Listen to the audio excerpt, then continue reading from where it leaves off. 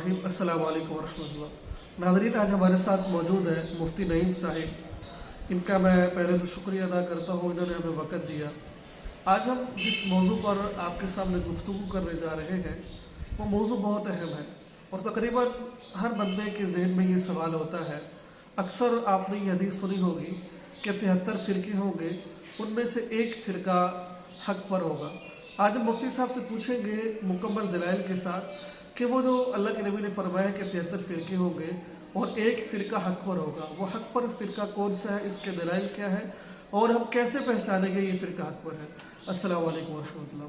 वालेकुम और सबसे पहले तो आपका बहुत बहुत शुक्रिया, आपने वक़्त निकाला हमारे लिए। तो अब आपसे सवाल ये है कि जैसा कि आपको मालूम है कि एक हदीस है अल्लाह के नबी की, जैसा अल्लाह के नबी ने फरमाया कि 73 फ़िरके होंगे। मैं खुलासा अर्ज़ कर रहा हूँ, मैं तफसील इंशाअल्लाह आप इसकी बयान करेंगे। 73 फ़िरके होंगे, उन 73 फ़िरकों में से एक फ़िरका हक़ पर होगा। तो इस हदीस के बारे में आपका क्या कहना है? मैं शुक्रिया अदा करता हूँ कि आपने मुझे बुलाया और इस काबिल समझा कि मैं इस मौके पर और इस मौजू पे गुफ्तगू करूँ। अल्लाह रब्बुल इज़्ज़त ने लोगों को बनाया और इंसानों की हिदायत के लिए पैगंबर भेजे।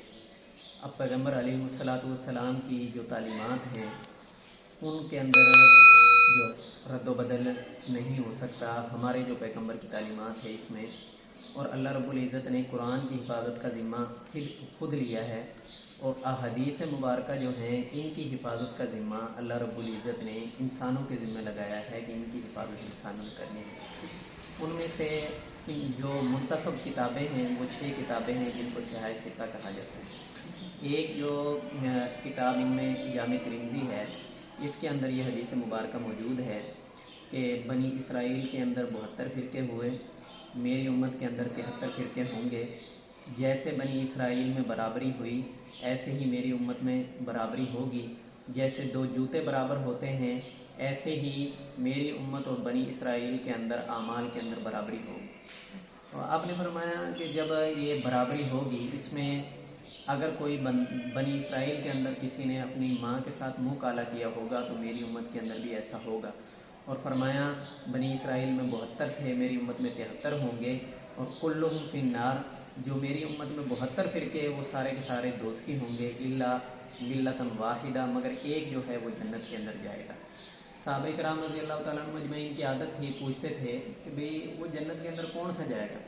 तो क़ालू वमन हिया या रसूल अल्लाह, तो आपने फरमाया मा अना अलैहि व अस्हाबी, जो मेरे और मेरे सहाबा के रास्ते पर होगा वो जन्नत के अंदर जाएगा, और बाकी जो इन 2 रस्तों से हटा हुआ होगा, जो मेरे रास्ते पर नहीं चलेगा, सहाबा के रास्ते पर नहीं चलेगा, वो सारे के सारे दोज़ख के अंदर जाएंगे। इसी तरह इस हदीस की तायीद के अंदर और बहुत सारी हदीसें मिलती हैं। एक मुस्लिम के अंदर हज़रत अमीर माविया रज़ी अल्लाह ताला अन्हु से हदीस मुबारका मौजूद है। आपने फरमाया, हुज़ूर सल्लल्लाहु अलैहि वसल्लम का फरमान मुबारक है, ला मन युरिदिल्लाहु बिही खैरन युफ़क़्क़िहु फ़िद्दीन, जिसके साथ अल्लाह ताला भलाई का इरादा फरमाते हैं उसको अपने दीन की समझ नसीब फरमाते हैं। ला तज़ालु इसाबतुम मिनल मुस्लिमीना, मुसलमानों की जमात में से एक जमात हमेशा हक़ पर कायम रहेगी। युक़ातिलूना अलल हक़्क़ि, वो अपने मुखालिफिन के साथ क़िताल करेगी। ज़ाहिरीना अला मन नाबअहुम इला यौमिल क़ियामा, और क़यामत तक अपने मुखालिफिन के ऊपर गालिब रहेगी। इसकी तायीद के अंदर एक तीसरी हदीस मुबारका इब्न माजा के अंदर है। आपने फरमाया ला तज़ालु ताइफ़तुम मंसूरीना, एक जो ताइफ़ा होगा, एक जमात होगी, उसकी मदद की जाएगी, और वो ला यज़ुर्रुहुम मन ख़ज़लहुम, और उसको जो उसके मुखालिफिन होंगे उसको नुकसान पहुंचाने की कोशिश करेंगे, लेकिन वो उसको रुसवा नहीं कर सकेंगे। हत्ता तक़ूम अस्साअ, यहाँ तक कि अल्लाह ताला क़यामत को बर्पा कर देगा। तो ये एक जमात होगी जो जमात हक्का होगी, और जिसके बारे में कुरान और अहादीस के अंदर जो है बकसरत अहादीस मुबारका के अंदर आपने फरमाया कि वो हर महाज पे इस्लाम का दिफा करेगी, चाहे वो जिहाद का मैदान है, इल्म का मैदान है या दूसरे मैदान हैं, सारे इस्लाम में। अच्छा मुफ्ती साहब, जैसा कि आपने कहा कि एक जमात होगी, अब हम उस जमात की निशानियाँ क्या है, कैसे पहचानेंगे ये जमात हक़ पर है? जैसे कि आपको पता है कि काफ़ी फ़िरके बने हुए, कोई इस्माइली फ़िरका है, कोई फलां फ़िरका है। अब हम कैसे पहचानेंगे ये जमात हक़ पर, ये है, ये अलामत इस पर पाई जाती है? اصل کے اندر ایک تو جماعت کا نام ہے، ایک تو عام طور پر نام جو ہے وہ ذکر کیا جاتا ہے، ایک تو جماعت کا نام پایا جاتا ہے قرآن اور حدیث کے اندر. جب ہم دیکھتے ہیں سب سے پہلے قرآن پاک ہے اور اس کی تفسیر ہے. حضرت امام سیوطی رحمۃ اللہ علیہ جو بہت 911 ہجری کے اندر ان کی وفات ہے، وہ یہ فرماتے ہیں، انہوں نے ایک تفسیر لکھی تفسیر در منصور، اس کے اندر فرماتے ہیں یوم تبیض وجوہ و تسود وجوہ، بہت سے چہرے اس دن سفید ہوں گے، و تسود وجوہ، اور بہت سے چہرے اس دن سیاہ ہوں گے. اس کی تفسیر کے اندر وہ فرماتے ہیں جن کے چہرے سفید ہوں گے اہل السنت والجماعت، وہ اہل سنت والجماعت، و تسود وجوہ، اور جن کے چہرے سیاہ ہوں گے اہل البدع والضلالت، وہ اہل بدعت اور ضلالت ہوں گے، وہ گمراہ ہوں گے. تو یہ جو انہوں نے فرمایا ہے، یہ ایک تو ان کے نام کی علامت ہے کہ ان کا نام یہ ہوگا، اور ان جو ہے اہل سنت والجماعت ان کا نام ہوگا. ایک تو ان کا نام ہے. دوسری علامت جو ہے وہ اسی کے اوپر علامہ ابن تیمیہ نے بھی ایک بحث کی ہے، اور علامہ تیمیہ رحمۃ اللہ علیہ فرماتے ہیں جو فإن اہل سنتی، جو اہل سنت ہے اس سے مراد کیا ہے؟ وہ یہ کہتے ہیں اہل سنتی والجماعتی تتضمن النص، یہ اس سے مراد نص قرآنی ہے، مطلب وہ قرآن کا اتباع کرے گی اہل سنت سے مراد، اور نمبر 2 وہ حدیث کا اتباع کرے گی، ایک قرآن کو مانے گی اور نمبر 2 حدیث کو مانے گی. اور وہ کہتے ہیں والجماعتی، جو والجماعت ہے اس سے مراد کیا ہے؟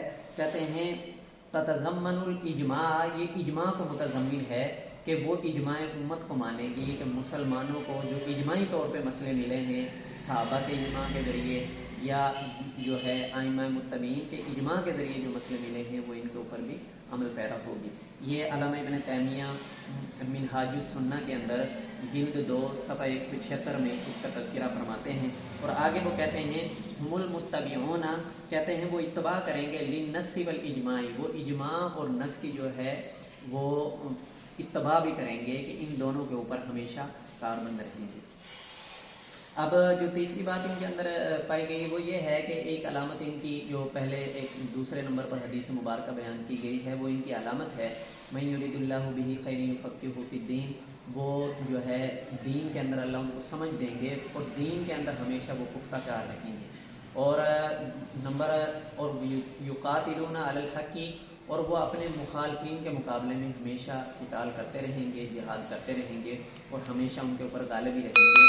گویا کہ دونوں سرحدوں کا وہ دفاع کریں گے، ایک نظریاتی سرحد دین کے اندر کسی غلط مسئلے کو نہیں آنے دیں گے، اور ہر میدان میں ختم نبوت کے اوپر دفاع کریں گے، سیاست میں دفاع کریں گے، اسی طریقے سے دفاع صحابہ کریں گے، اور جو ہے باقی جتنے بھی میدان ہیں وہ سارے نظریاتی طور پہ علمی طور پر وہ